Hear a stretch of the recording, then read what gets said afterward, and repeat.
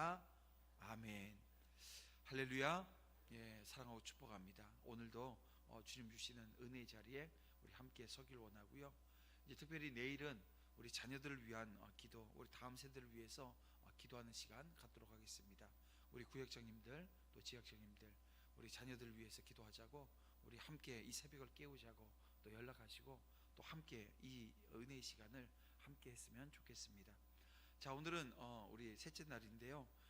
하나님을 갈망함으로 우러나오는 감사라고 하는 큰 주제를 가지고 오늘 이 아침 함께 읽은 본문 말씀을 통해서 이 구원의 은혜에 대한 감사라고 하는 제목의 말씀을 여러분들과 함께 나누고자 합니다.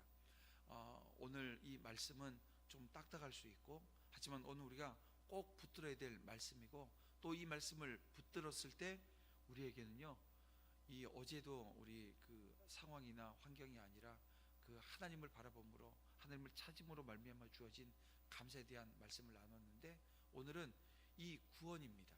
오늘 이 자리에 있게 하셨고 나를 여전히 붙들고 계시는 하나님의 손길이 내 구원의 은혜의 자리에서 감사로 이어지는 은혜가 우리 가운데 넘치기를 주님의 이름으로 축원함을 드립니다.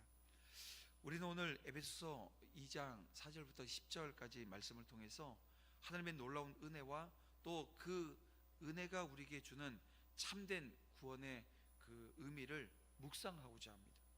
이 말씀을 보면 우리는 죄와 허물로 죽었던 자들이었지만 오직 하나님의 극렬한 사랑과 이 풍성한 자비로 구원받았다라고 하는 것을 발견하게 되어집니다.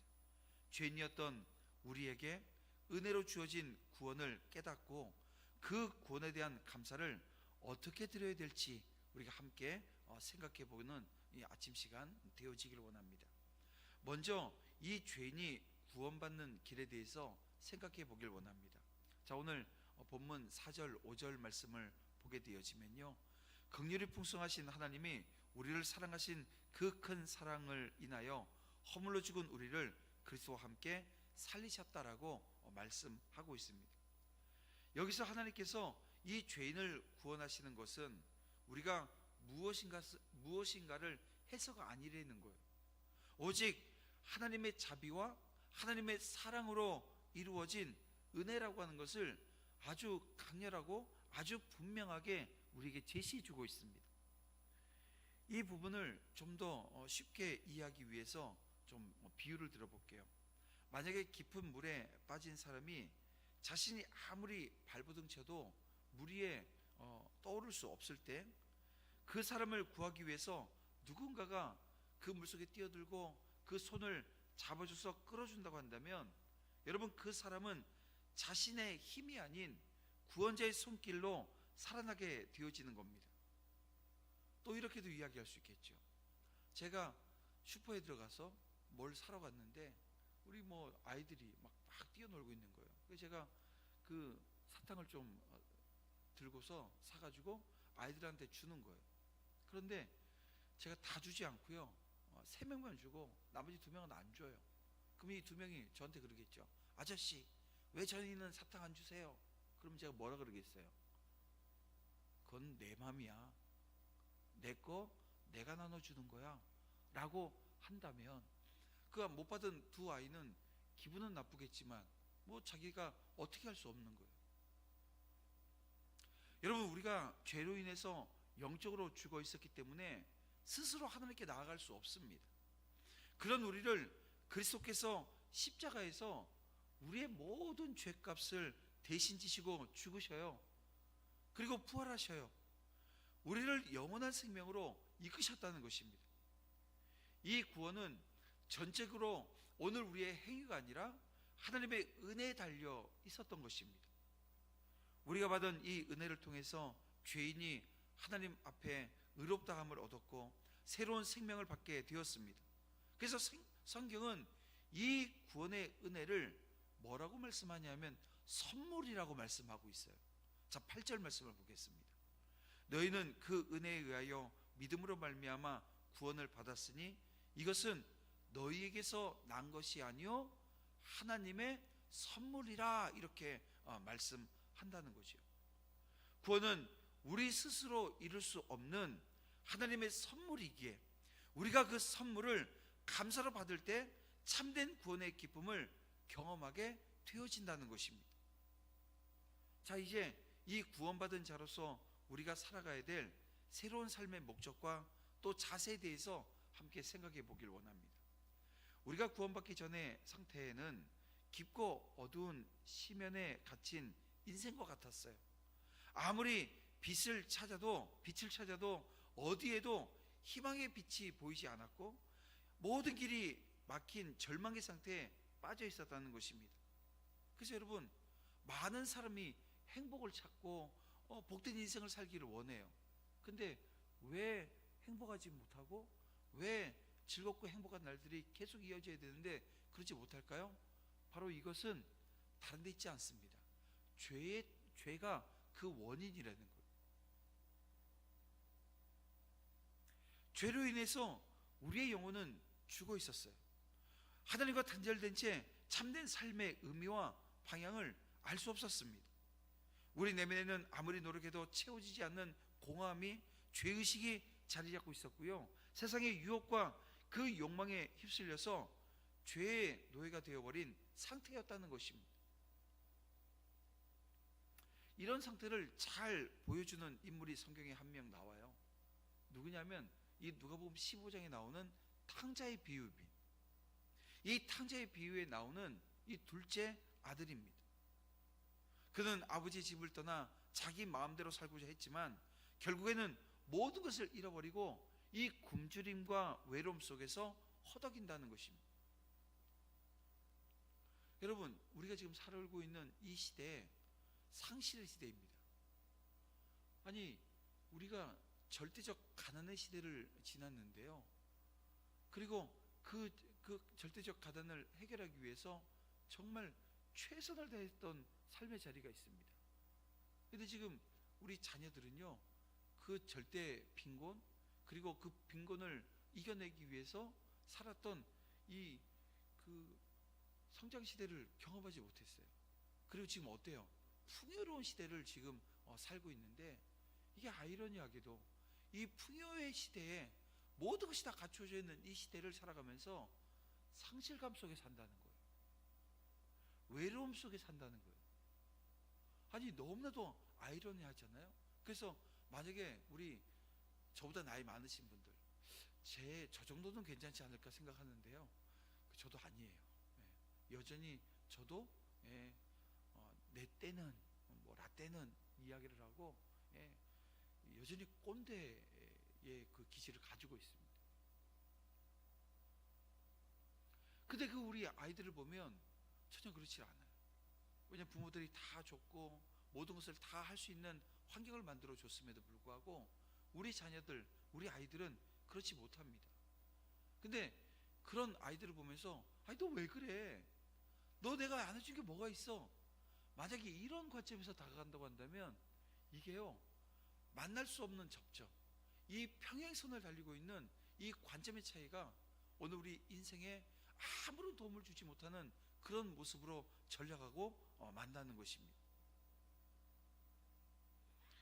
여러분, 하나님 없이는 누구도 참된 삶을 살 수 없다라고 하는 것, 그 외로움의 자리, 그 빈 공간은, 이 절망감이라고 하는 그 빈 공간에는 여러분, 예수 그리스도가 그들에게 필요하고 오늘 우리에게 필요하다라고 하는 것을 말씀해 주는 것입니다.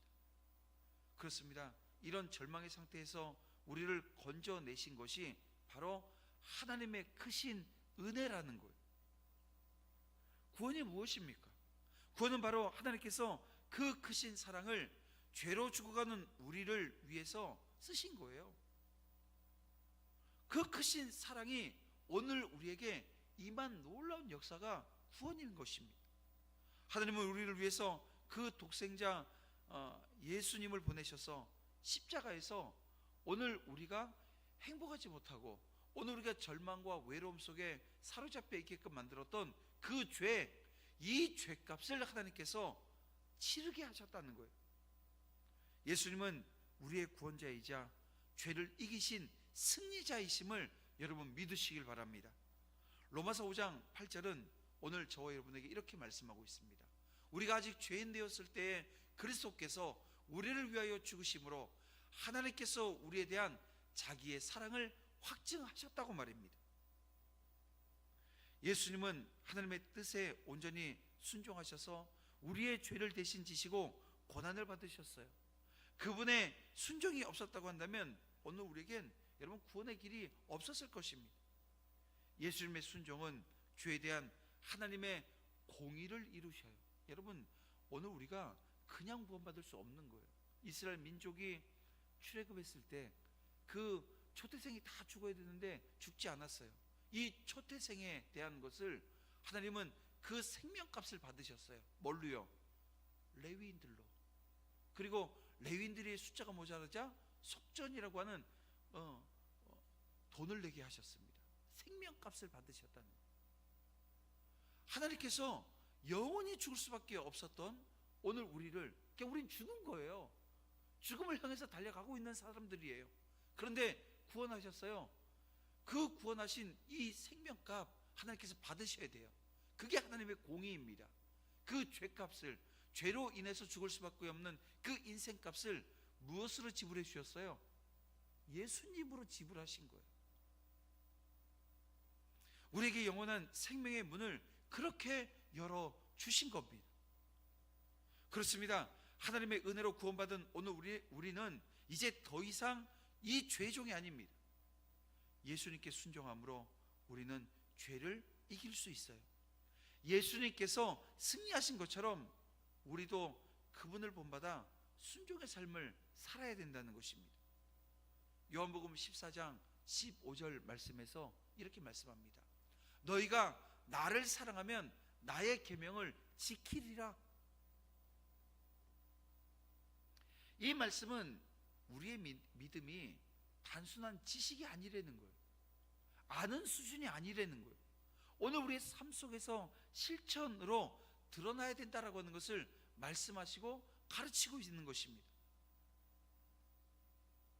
예를 들어 볼게요. 사도 바울은요, 감옥에서도 하나님께 순종하면서 뭐 했어요? 복음을 전합니다. 그는 환경이나 이 두려움에 휘둘리지 않아요. 오직 하나님께 순종하며 죄의 유혹을 이겼습니다. 바울의 삶을 통해서 우리는 진정한 구원은 예수님을 닮아가는 순종의 삶에서 드러나는 것이라고 하는 것을 배울 수가 있습니다. 구원의 은혜를 받은 우리는 이제 그 은혜에 합당한 삶을 살아야 된다는 거예요. 자, 오늘 본문 10절에서 말씀하고 있듯이 우리는 그리스도 예수 안에서 선한 일을 위해 지음받은 자들입니다. 이제 우리의 삶의 목적은 우리를 구원하신 그 하나님의 선하심을 드러내는 것이에요. 구원은 단지 죄에서 벗어나는 것에 그치지 않습니다. 하나님을 위해서 헌신된 삶을 살아가도록 부르심을 받은 것을 의미하는 거예요. 성경은 예수님께서 우리를 따르는 자들, 이게 따르는 자들, 이게 어떤 의미냐면 이 제자라고 부르셨다는 거예요. 그러니까 오늘 저와 여러분을 무리라고 이야기하지 않습니다. 오늘 우리를 제자라고 말씀하세요. 따르는 자들이라고. 예수님은 제자들에게 마태복음 5장 14절 너희는 세상의 빛이라 산 위에 있는 그 동네가 숨겨지지 못할 것이요 라고 말씀하셨는데요. 여러분, 구원의 은혜를 받은 성도들은 이 땅에 하나님의 빛을 비추고 세상에 하나님의 사랑과 그 하나님의 진리를 드러내고 증거해야 될 사명이 우리에게 있음을 말씀하고 있는 거예요. 또한 우리는 구원받은 공동체 안에서 하나됨을 이루어야 된다는 것입니다. 자, 10절 말씀을 다시 한번 보면요, 우리는 그가 만드신 바라 그리스도 예수 안에서 선한 일을 위하여 지음받은 자니라고 말씀합니다. 여러분, 이것은 하나님께서 우리를 구원하신 이유가 단지 오늘 우리에게 영생을 주시기 위한 것만이 아니라는 거죠. 이 땅에서 하나님의 선한 일, 여러분, 하나님의 선한 일이 무엇입니까? 구제하는 거예요? 뭐 돕고 살피고 우리가 함께 하는, 여러분 같이 서 있는 거예요? 그럴 수 있어요. 그것도 맞습니다. 그런데 더 본질적인 것에 우리는 주목해야 됩니다. 하나님의 선한 일 무엇입니까? 복음입니다. 이 복음 전하는 거예요. 이 복음은 뭐예요? 그 하나님의 선한 일이라고 하는 것은 나를 살리시기 위해서 예수 그리스도를 십자가에서 죽게 하신, 그리고 다시 살리신, 여러분 십자가 사랑이고 십자가 은혜인 것입니다. 내가 구원받아 하나님의 그 자녀 되어진 이 모든 과정 속에 여러분 그것은 복음의 역사가 있었음을 우리는 기억하는 거예요. 그리고 그 복음을 내가 받았기에 하나님께서 내게 주신 사명이 있습니다. 전하라는 거죠. 복음을 전하고 주님을 증거하는 삶을 살도록 하기 위함임을 오늘 우리에게 보여주고 있습니다. 구원하신 이유가 여기 있는 거예요. 너 구원받았으니까 너 이제부터 행복한 삶을 살아. 예, 하나님 감사해요. 내가 행복한 삶을 살겠습니다. 근데 이 복된 삶의 가장 최고봉은 여러분 어떤 상황 가운데서도 십자가 복음, 그 예수 그리스도를 전하는 삶의 자리에 서 있는 것입니다. 이 삶의 목적은 오늘 우리가 속한 이 공동체와 그 관계에서도 드러납니다. 고린도전서 12장에서 바울은 교회를 하나의 몸으로 비유하고 있어요. 우리가 각각 한 지체로서 서로 하나 되어야 됨에 대한 그 말씀을 하면서 얼마나 강조하고 있는지 모릅니다. 우리 각 사람은 다 달라요. 그 다름을 우리는 인정해 줘야 합니다. 하지만 다르다고 인정하는 것에서 끝나게 되어지면요, 여러분 관계가, 이 공동체가 형성되어지지 않습니다. 다름을 인정하면서 그 안에서, 그리스도 안에서 한 몸을 이루고 있음을, 눈이 코가 될 수 없고요, 코가 입이 될 수 없습니다. 입이 귀가 될 수 없고요, 손이 발이 되어질 수 없어요. 발은 손이 되어질 수 없고요. 하지만 이 모든 지체들이 서로 돕고 세워가는 관계에 있다는 것입니다. 구원의 은혜를 경험한 오늘 우리가 해야 할 일은 지체로서 서로를 사랑으로 섬기고 함께 하나님 나라를 세워가는 거예요. 여러분, 이 질서 있는 말씀 앞에 오늘 우리가 온전히 아멘으로 서는 은혜가 있기를 주님의 이름으로 축원함을 드립니다. 성경에 나오는 이 초대교회의 모습은 이런 지체와의 하나됨을 잘 보여줍니다. 여러분, 사도행전 그 2장을 보게 되어지면 초대교회 성도들이 어떻게 하나요? 사도행전 2장 그 말미에 보면 이 초대교회 성도들이요, 서로의 물건을 통용해요. 필요를 따라 나눠요. 함께 떡을 떼며 기도해요. 그들은 주님의 은혜를 나누고자 하면서 서로를 사랑으로 섬기는 공동체였다는 것입니다. 오늘도 우리는 구원의 감격과 은혜로 인해서 서로를 섬기고 사랑함으로써 교회가 하나 되고 세상의 빛과 소금이 될 수 있음을 오늘 우리는 알게 되어집니다. 사랑하는 성도 여러분, 구원의 은혜를 받은 우리는 더 이상 옛 생활로 돌아갈 수 없습니다. 돌아가서도 안 됩니다. 하나님께서 예수 그리스도를 통해서 오늘 우리를 새롭게 창조하셨다는 거예요. 여러분, 오늘 우리는 새로운 피조물이 되었습니다. 이제 우리는 세상의 가치관이 아닌 하나님의 말씀과 뜻에 따라 살아가는, 이제는 완전히 생각이, 완전히 환경이 바뀐 인물이 되어졌다는 거예요.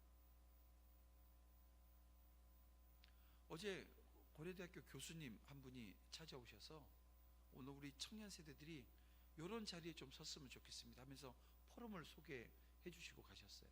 그러면서 하시는 얘기가 이런 얘기예요. 청년들한테 그런 얘기를 한다는 거예요. 저는 본인이 새로운 피조물이라는 거예요. 언제로 바뀌냐 하면 예수님을 만나기 전과 이후라는 거예요. 1990년 때에 자신의 모습이 2000년대를 넘어가면서 완전히 바뀌었다는 거예요. 누굴 통해서요? 예수 그리스도를 통해서요. 여러분, 오늘 우리의 삶의 자리는요, 그런 거예요. 우리는 각자의 삶의 자리를 최선을 다해서 살아내야 합니다. 여러분, 그 최선을 다해 살아내는 그 삶의 자리에 여러분, 오늘 우리 주님이 함께 하심을 여러분 믿으시길 바랍니다.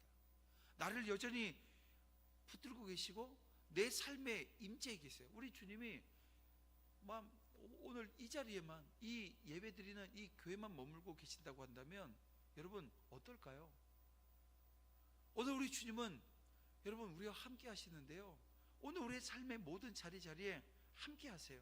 그래서 내 삶에 나를 이끄시는 그 은혜가 그 구원의 감격으로 말미암아 오늘 우리는 완전히 다른 삶의 자리에 서게 되어지는 것입니다. 그래서 구원은 받았는데 혹여 구원의 감격이 없는 분들 계시는가요? 여러분, 오늘 저와 여러분은 구원의 감사가 이 구원의 감격으로 다시 한번 회복되어져야 합니다. 그 감사가 우리의 삶의 방향을 이끌고 있거든요. 여러분, 내가 구원받았는데 감격이 없고 감사가 없으면 여러분 삶의 방향은요 엉망이 되어집니다.